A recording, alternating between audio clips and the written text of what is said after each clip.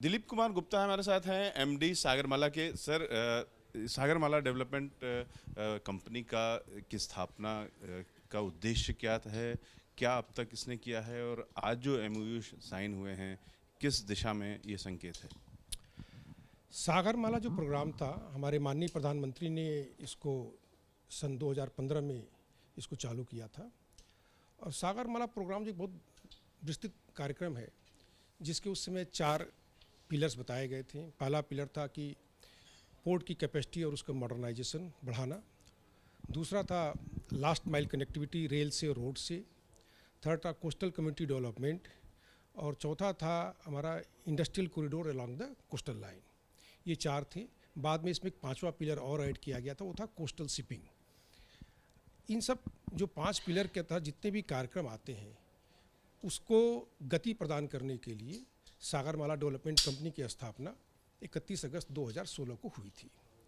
और इस कंपनी का प्रमुख टारगेट था कि कोई भी प्रोजेक्ट चल रहा है तो उसको अगर एसपीवी फॉर्मेट में कोई आवश्यकता है फंड की, तो उसमें ये कंपनी 49% तक अपना इक्विटी सपोर्ट देती है। और इस मॉडल में हम लोगों ने आज तक हम लोगों ने 5 कार्यक्रम कर चुके हैं, जिसमें से एक है हरिदासपुर पैरादीप की फ्रेट कॉरिडोर। दूसरा है कृष्णपट्टनम पोर्ट से लेकर ओबरापल्ली तक का रेल कॉरिडोर। तीसरा हमारा एक एनएचआई के साथ प्रोजेक्ट हुआ पड़ा है वाइजैक पोर्ट पे, उसमें हम लोगों ने रास्ते का चौड़ीकरण किया हुआ और नया रास्ता दिया हुआ है। और एक हल्दिया पोर्ट को कनेक्ट करने के लिए एनएच है और साथ में उसका एक आरओबी भी है। 5वां जो प्रोजेक्ट है वो हमारा सर है ये जो चाबार पोर्ट, आपने बहुत सुना होगा। तो चाबार पोर्ट मेरी सब्सिडरी कंपनी है आईपीजीएल, उसमें मेरा 100% इक्विटी है। उस कंपनी का चाबार पोर्ट का हम संचालन करते हैं। इसके अलावा जो आज हम लोग एमओयू कर रहे हैं, इसमें देश के अंदर विकास के बारे में बात करते हुए माननीय प्रधानमंत्री और माननीय मंत्री के आदेशानुसार हमने 3 एक्सप्रेशन ऑफ इंटरेस्ट निकाले थे। उसमें से पहला था देश के अंदर जल मार्ग द्वारा रोपैक्स, क्रूजेज और कोस्टल शिपिंग को बढ़ावा देने के लिए हमारे जो प्राइवेट प्लेयर्स हैं वो इन्वेस्टमेंट करने आए। सागरमाला डेवलपमेंट कंपनी के साथ करना चाहे तो उनका स्वागत है, खुद करना चाहे तो भी स्वागत है।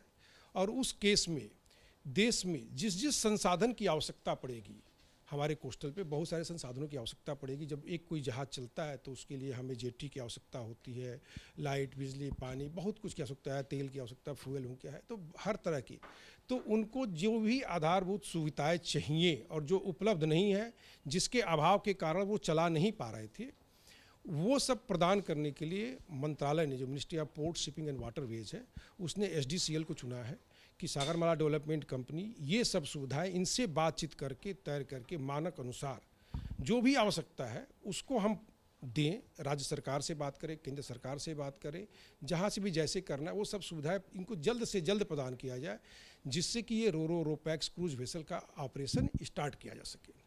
इसका इमीडिएट फ़ायदा क्या है आप देखिए। अगर एक एग्जाम्पल के रूप में हम देखें, अगर हम लोग अभी हमारा जो सूरत से हमारा घोघा की जो हमारी रोपैक्स सर्विस चल रही है, अभी आदमी को जाने में 12 घंटे की जर्नी करनी पड़ती है रोड से या रेल से। अभी हम लोग जहाज़ से, जो कि धीमी गति का जहाज़ है, उस पर भी 6 घंटे में ये चीज़ समाप्त होती है। और उसमें करीब 500 पैसेंजर, हमारे करीब 70-80 ट्रक, 40-50 कारें एक साथ जा सकती हैं। आप इसका इम्पैक्ट देखिए, इसका इम्पैक्ट इतना ह्यूज है कि हमारा कार्बन फुटप्रिंट कई टन में बच रहा है, क्योंकि देश पे हमारे रोड पे गाड़ियाँ नहीं चल रही हैं। और वाटरवेज में pollution is very very small, कुछ नहीं के बराबर होता है बिल्कुल, रोड के कंपेरिजन में अगर बात करें तो। लोगों का समय बच रहा है।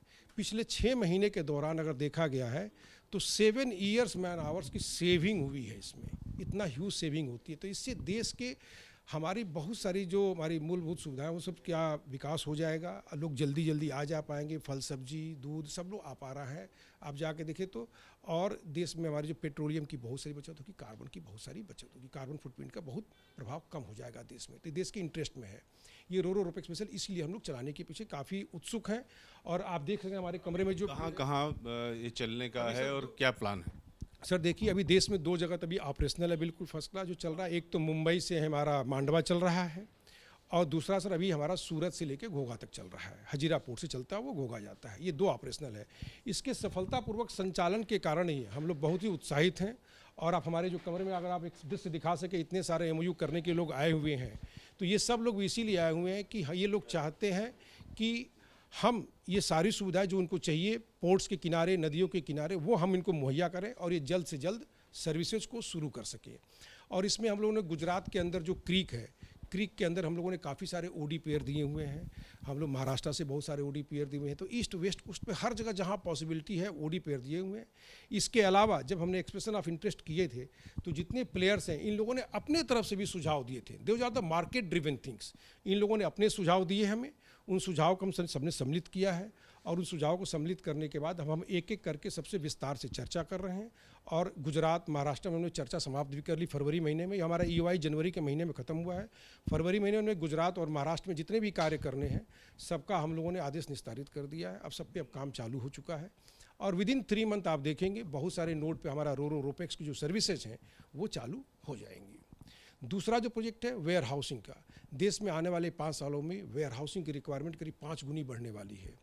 तो जब अभाव हो उससे पहले ही हम उसका प्रभाव ख़त्म कर रहे हैं और हम चाह रहे हैं कि शुरुआत में ही आप सभी लोगों की मदद से हम लोग जो पोर्ट पे लैंड है और स्टेट गवर्नमेंट से भी लैंड लेनी है तो उनको एक रीजनेबल कॉस्ट पे उनको हम लैंड प्रोवाइड कर सके, जिससे ये लोग इन्वेस्टमेंट करके वहाँ पे अच्छी वर्ल्ड क्लास जो हमारी वेयर हाउसिंग फैसिलिटी है उसको क्रिएट करें, जिससे लॉजिस्टिक सेक्टर में ये अपना योगदान दे सके और लॉजिस्टिक सेक्टर को कभी भी अभाव का सामना न करना पड़े। तो आज जो MOU हुए हैं उनके जो कंपनियां हैं वो विशेष तौर से पिन पॉइंटेड अगर बात करें तो क्या सेवाएं देंगी? जो ये विशेष तरह से इन्होंने इसमें से रोपैक्स और कोस्टल शिपिंग के लिए ये मेजर आज MOUs हो रहे हैं। ये करीब करीब और वेयर हाउसिंग के लिए डिफरेंट लोकेशंस पे, एक पार्टिकुलरली वेस्टर्न घाट साइड पे वेयर हाउसिंग के बहुत सारे लोग MOU साइन कर रहे हैं। ये सब मिलाए करीब 12-13 हज़ार करोड़ रुपए का MOU साइन आज कर रहे हैं हम लोग, जिससे हम सोच सकते हैं कि पोर्ट सेक्टर में काफ़ी गति मिलेगी और इससे काफ़ी सारी जो सुविधाएं होंगी वो प्रदान होगी और लोगों को आवागमन की सुविधा बहुत होगी। पार्टिकुलरली गुजरात रीजन में क्रीक देखिए, अभी आप एक चल रहे हैं महाराष्ट्र में, आप मुंबई से लेके गुजरात जा रहे हैं, अभी आपको 18-20 घंटे की ट्रेन जर्नी करनी पड़ती है। सामान्य व्यक्ति भी और व्यापारी भी दोनों के फायदे का है। बिल्कुल सर, इसमें चूंकि आप पैसेंजर भी जा सकता है 8 घंटे में, 18 घंटे के बजाय कंफर्टेबल जर्नी भी होगी, पैसे भी उसके कम लगेंगे, समय कम लगेगा और हर तरह से सुविधाजनक रहेगा उसके लिए। कितने मार्ग नए खुलेंगे? हमारे ख्याल से कम हम लोग 15-20 ओडी पेयर तो नए खोलने की इच्छा रखते हैं अगले 1 साल में। अगर भगवान चाहेंगे तो आप देखेंगे हम लोगों के और इन लोगों के ओरिजिन डेस्टिनेशन कहाँ से शुरू होकर कहाँ ख़त्म होगा। लाइक आप देखें तो मुंबई से चल के हम लोग मूल द्वारका जा रहे हैं। अब मूल द्वारका पहुंच के वहाँ से जिसको भी जाना अपना कार बस लेके अपना गुजरात में हिंटरलैंड में जा सकता है। ट्रक वाले अपना ट्रक लेके आए, वो आराम से 1200-1300 किलोमीटर डिस्टेंस बचा के आए और अपना कार में चढ़े, उनका सब कुछ पेट्रोल बचा, डीजल बचा, उनकी गाड़ियों का रखरखाव बचा और फिर वहाँ से आराम से वो अपने हिंटरलैंड की तरफ जा सकते हैं आराम से। तो इस तरह से बहुत सारे जो जिन कंपनियों ने MOU साइन किया है, हम चाहेंगे कि लगे हाथ उन लोगों से भी बात कर लें, उनमें से कुछ से। और आप लोगों ने भी MOU साइन किया है, आप लोग भी साथ में हैं। क्या आप लोग सेवा देने वाले हैं? आपकी अगर आप बात करें तो आप क्या सेवाएं देंगे? I represent Shiraz Shipping and Logistics. So we are already a leading coastal operator across the coast of India. So we are planning to put some Ropax vessel along with some more coastal movements alongside the coast of India and see how we can serve the fraternity at large, both passenger, commercial, everything. तो क्या आप लोगों का इरादा है, क्या किस चीज़ में आप लोगों ने शेयर किया?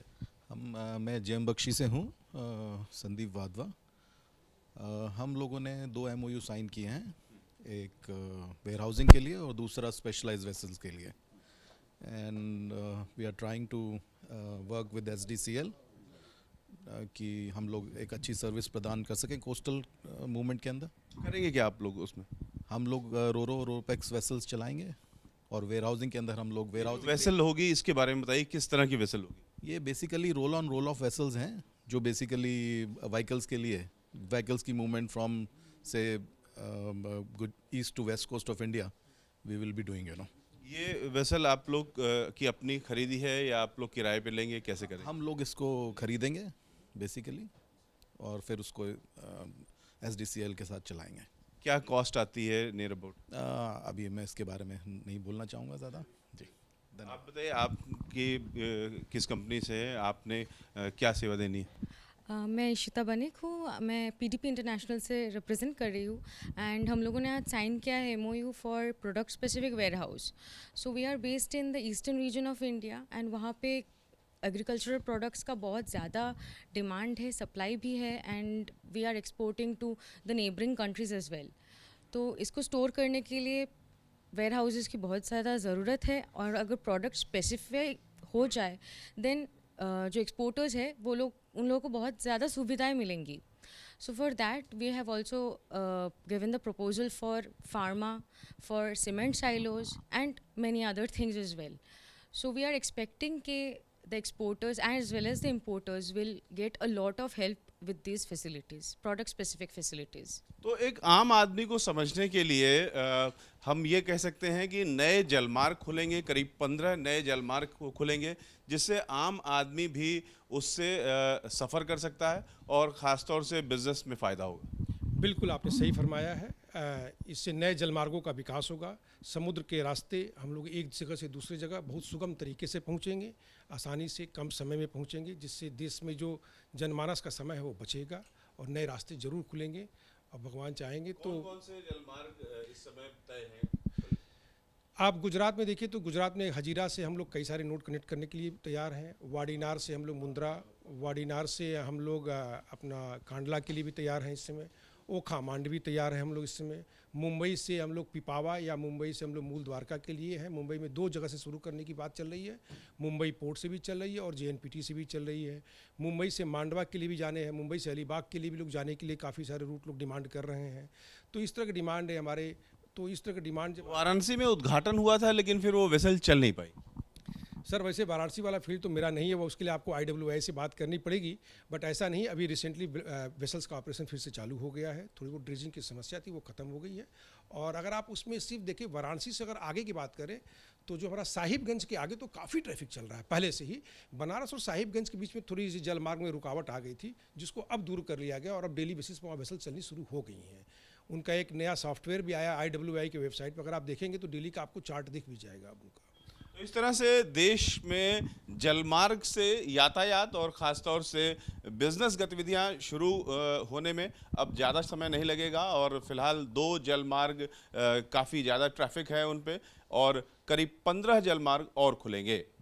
कैमरामैन राजेश पांडे के साथ रविकांत, ABP न्यूज़, दिल्ली।